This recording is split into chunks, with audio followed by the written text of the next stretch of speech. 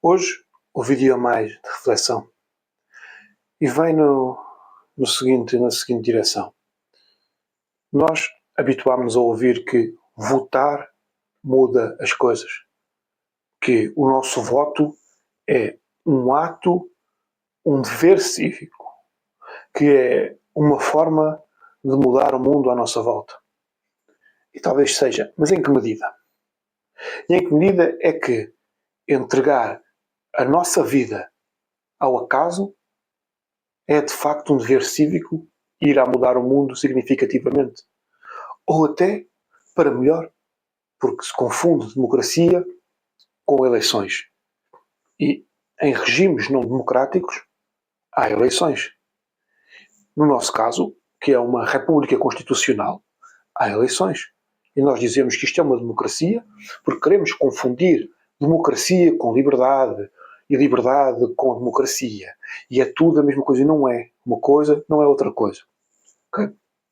Democracia, da forma como nós a vemos, é um ato eleitoral de 4 em 4 anos e achamos que de 4 em 4 anos cumprimos o nosso dever de cidadãos exemplares, ao depositar numa urna de voto a nossa preferência e entregar à sorte e ao acaso a um concurso de popularidade do nosso destino. Parece-me perigoso acreditar que a nossa vida será melhor se tivermos que a seguir em função do que todos decidem que deve ser. Não estou a dizer que é de outra forma. Estou a dizer que a tal legitimidade que vem do voto, que vem da tal democracia, que no fundo é a legitimidade para exercer a força. Por isso é que eu tenho as minhas dúvidas quanto à própria ideia da democracia, no sentido universalizado, que também não é, porque nem toda a gente pode votar, nem toda a gente pode concorrer. Okay? Em Portugal, tu tens limites para poder votar e até limites para poder ser candidato. Ou seja, a própria ideia de universalidade do voto é uma mentira, é uma falácia. Não existe isso. Depois temos aqui outra questão, que é, nós, em Portugal, podem votar cidadãos portugueses com mais de 18 anos. Certo? Ou seja, já estabelecemos ali uma fronteira entre quem tem a capacidade de votar e quem não tem capacidade de votar. E isso existe porque temos a consciência, ou pelo menos no fundo sabemos, que estamos a decidir pela nossa vida e que estamos a influenciar a vida dos outros em função da nossa vida. Ou seja, o mesmo está a acontecer com os outros perante nós. O que é entregar a nossa vida aos outros, à maioria.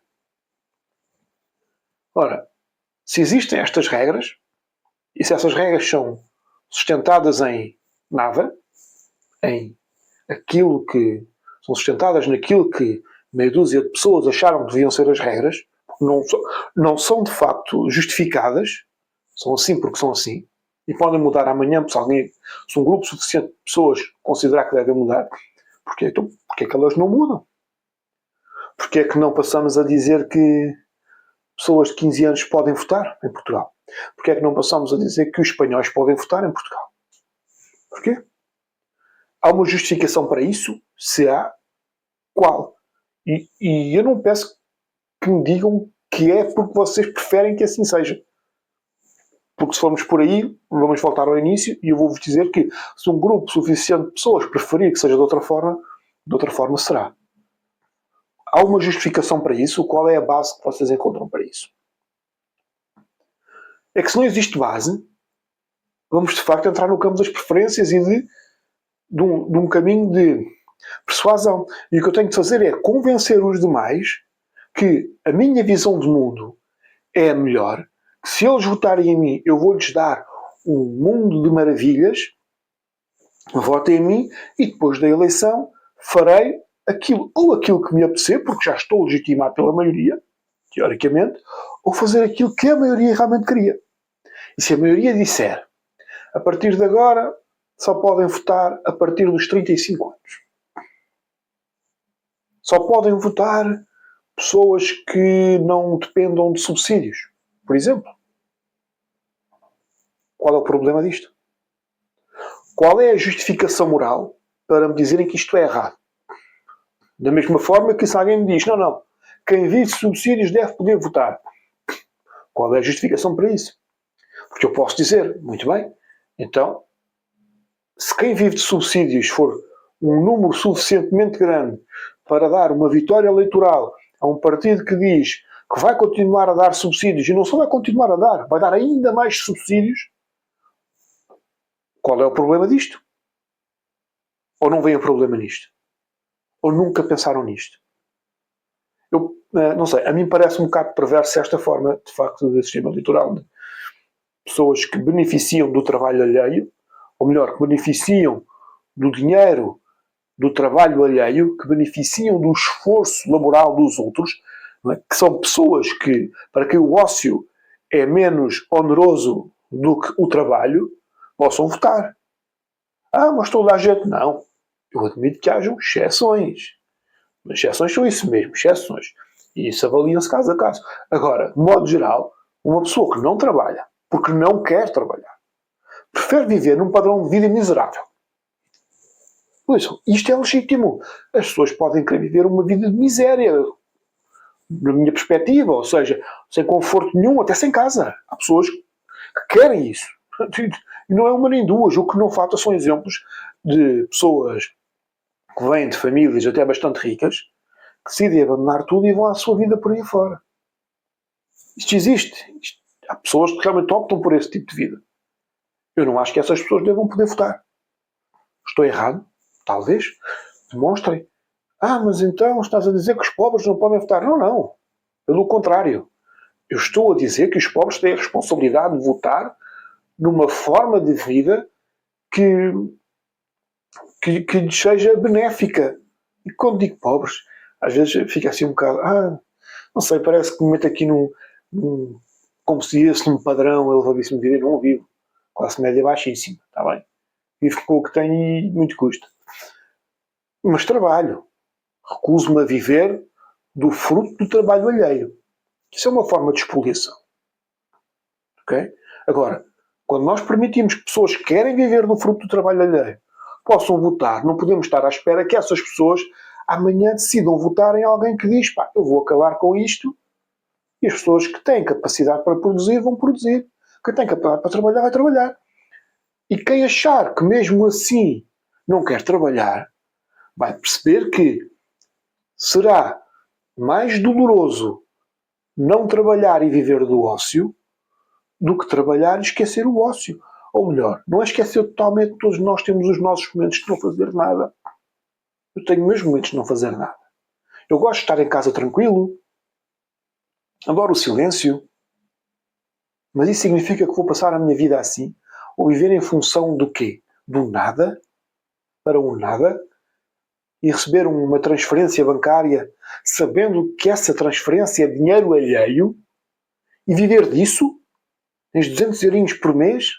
Ou uma casinha do Estado? E não terás nada e serás feliz? Não, tens o que é dos outros. Porque é confortável. Nós temos esta tendência de viver, de preservar a nossa existência com o menor esforço possível ou com a menor dor possível. E trabalhar implica esforço, implica dor, é doloroso, custa. Se podes trabalhar, se podes preservar a tua existência sem dor, ou seja, através da dor dos outros, porque é que tu has de trabalhar? Não é? Mas será isso uma sociedade que se queira no mínimo dos mínimos? Não sei, tenho dúvidas. Será uma sociedade próspera? Será uma sociedade de miséria? Às tantas não vamos ter ninguém para expoliar. E quando nós temos esta ideia de que vamos universalizar o voto, no fundo estamos a universalizar a expoliação.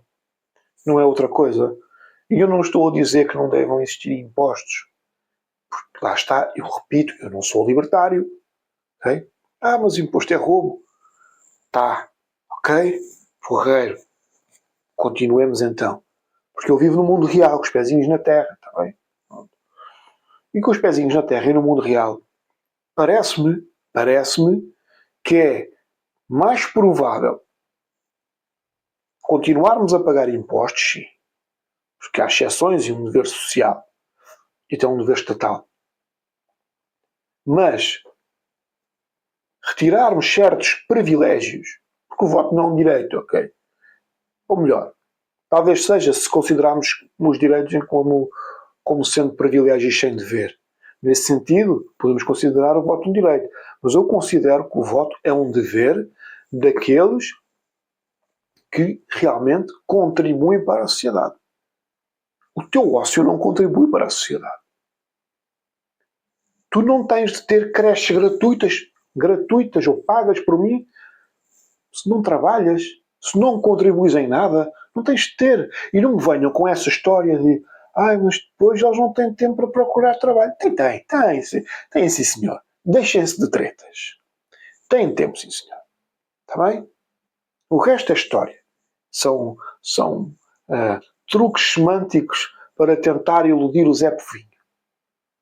Sempre houve gente desempregada a encontrar emprego, mesmo tendo filhos. Sempre. Portanto, isto não mudou agora. Isso eu acho que o Estado deve pagar creche a quem trabalha. Podemos discutir isso? Sim, eu estou aberto a essa discussão. Prefiro uma sociedade em que não seja necessário o Estado andar a pagar creche a ninguém. Porque as pessoas têm a capacidade para pagar a creche se for necessário, ou jardim de infância. Eu prefiro essa sociedade. Mas é uma discussão que se pode ter perfeitamente, sem problema nenhum. Mas tudo isto acaba nesta ideia de se todos votarem a sociedade vai ser melhor. Ora, isso implica colocarmos-nos à mercê da maioria. E a maioria já tomou muitas decisões erradas ao longo da história. Muitas.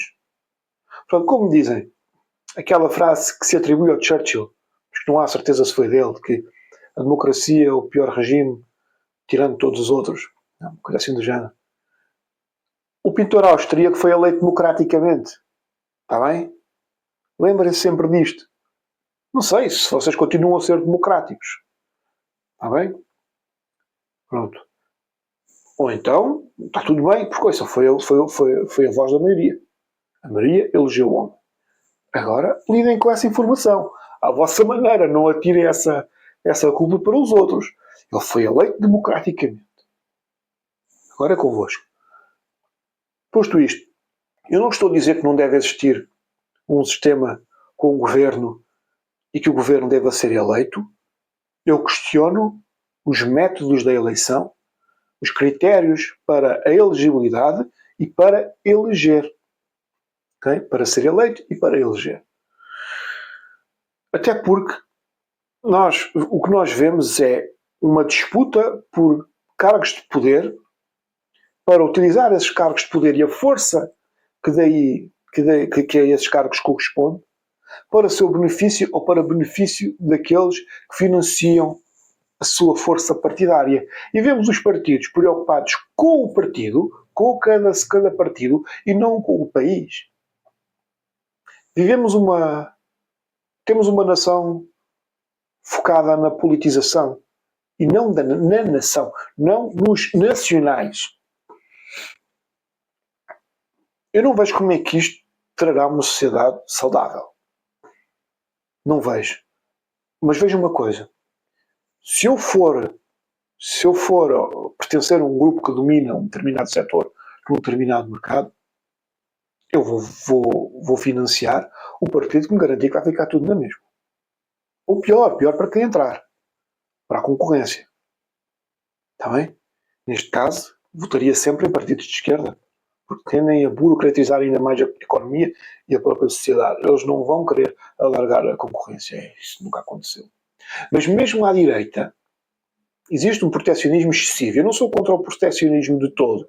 Porque lá está. Eu não acredito nestas sociedades sem fronteiras e todos somos iguais. Porque depois vamos entrar aqui numa sociedade estilo hipermercado, não é? Um bocado esquisito. Não sei, digo eu.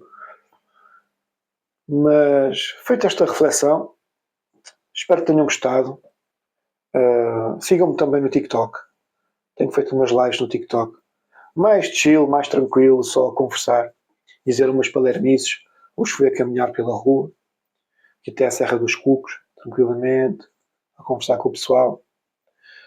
Subscrevam aqui o canal, comentem e deixem o gosto, todas essas coisas. E até um dia.